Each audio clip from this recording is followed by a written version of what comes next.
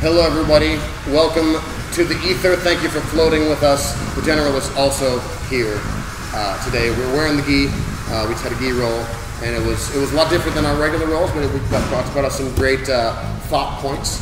I think Mike had one he wanted to get out there. Yeah, so I started my jiu-jitsu training in 2007, and I kind of want to talk about like how jiu-jitsu was and my experience back then and how it is now. Okay, so I'm gonna break jiu-jitsu down into three portions of jiu-jitsu.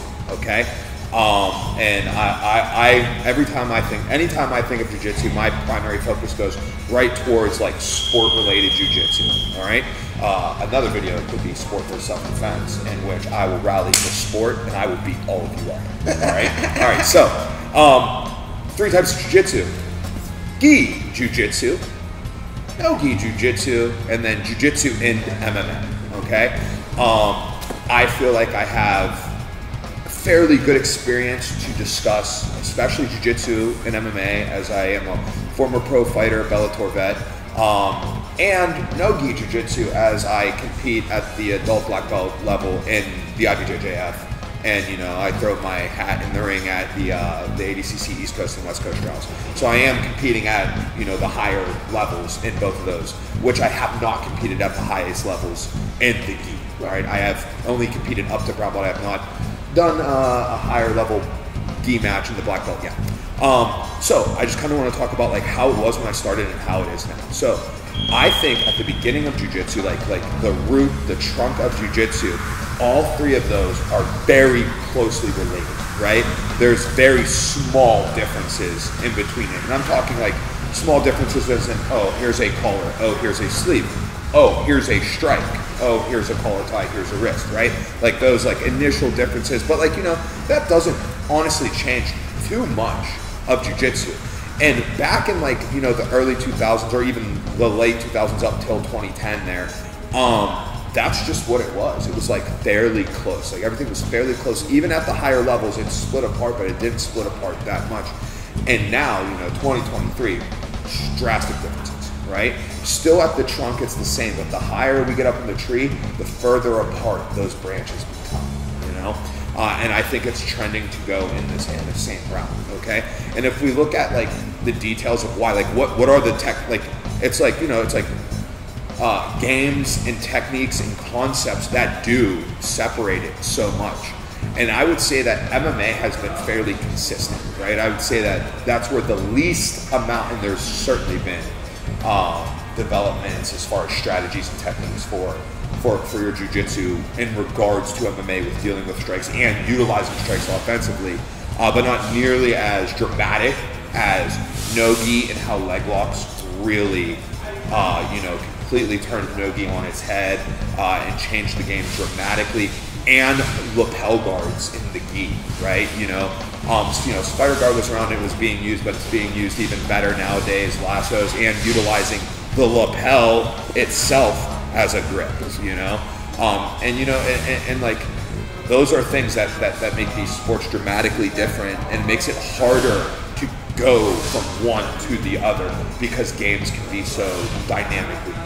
Right, right. I think it makes a lot of sense. I think it makes sense because it's become more popular, money becomes involved, and so when money becomes involved, people want to figure out every single possible advantage to win. Yes. And so therefore they study the rules closely, and they figure out exactly whatever exploits they can use at the moment to win. And yes. So I think that's exactly what happened with leg locks. Yep. That's exactly what happens with the lapel guard, because initially, like you were saying, it's like, what were we doing? Initially, it was like, oh, most people know about jiu-jitsu, Brazilian jiu-jitsu, because they watched the UFC, and they watched a bunch of people who didn't know how to fight other styles just fight each other. Yes. And so, like, jiu-jitsu, it was clearly that, like, you had to learn, you're fighting. That the only rule is beat the other person. Yes. Beat them. There are no rules. Just win the fight. And so initially it was like, yeah, well, if we're gonna do jiu-jitsu, we're thinking about like, oh, if I was fighting this person, like I'm gonna pretend like we're fighting mostly, but hopefully I'm just gonna submit him. But I can't hit him. That's mostly I can't kick him or hit him for the most part. Yeah. Right.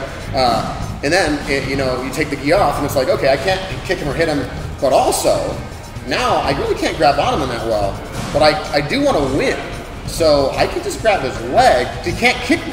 Yes. So like I think that's exactly why. I think that's why the tree started to split. Yeah. Understandably so.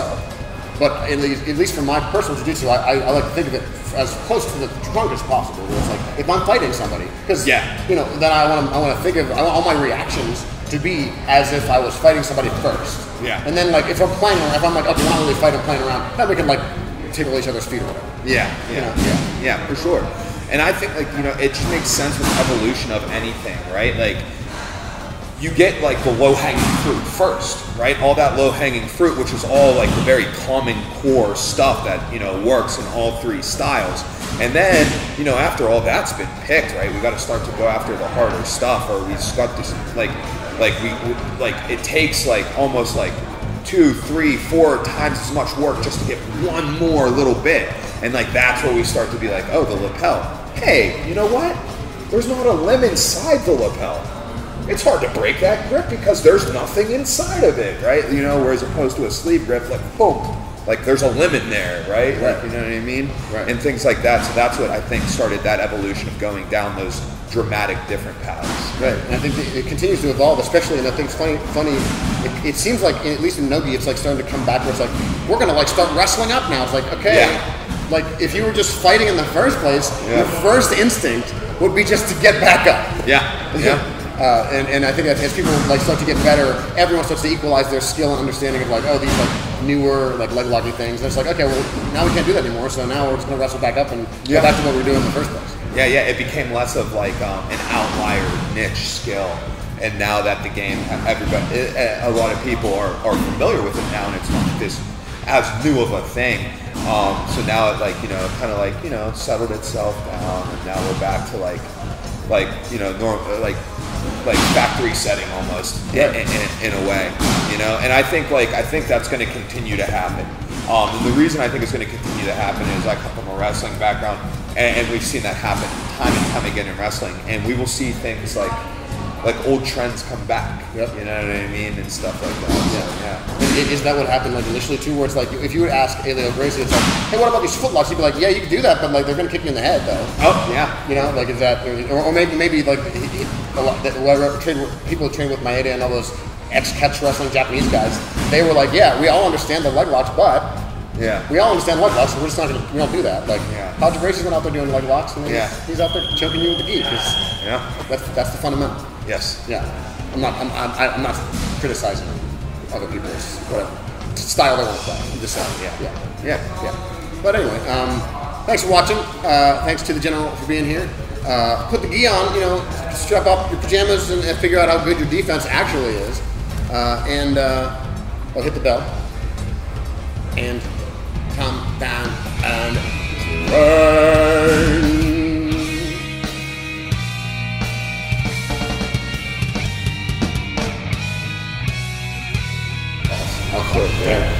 I'll start the end of this video right here.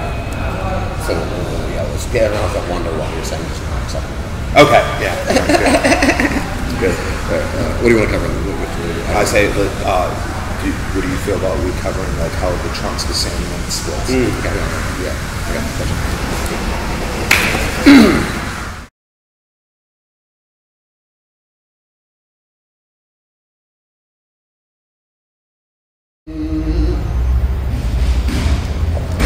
Nice. Sweet. Yeah, like sometimes I have to stop myself from looking at these funny. Yeah. Things I don't agree with. Because like there's people who are so good at those things that they would just destroy me. So the thing with leg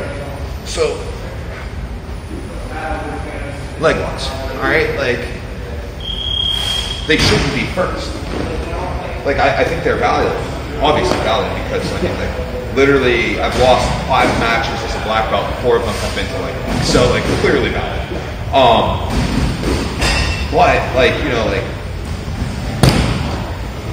you're using you're attacking stronger parts of the body too, right? Like the legs are the strongest part of the body, right?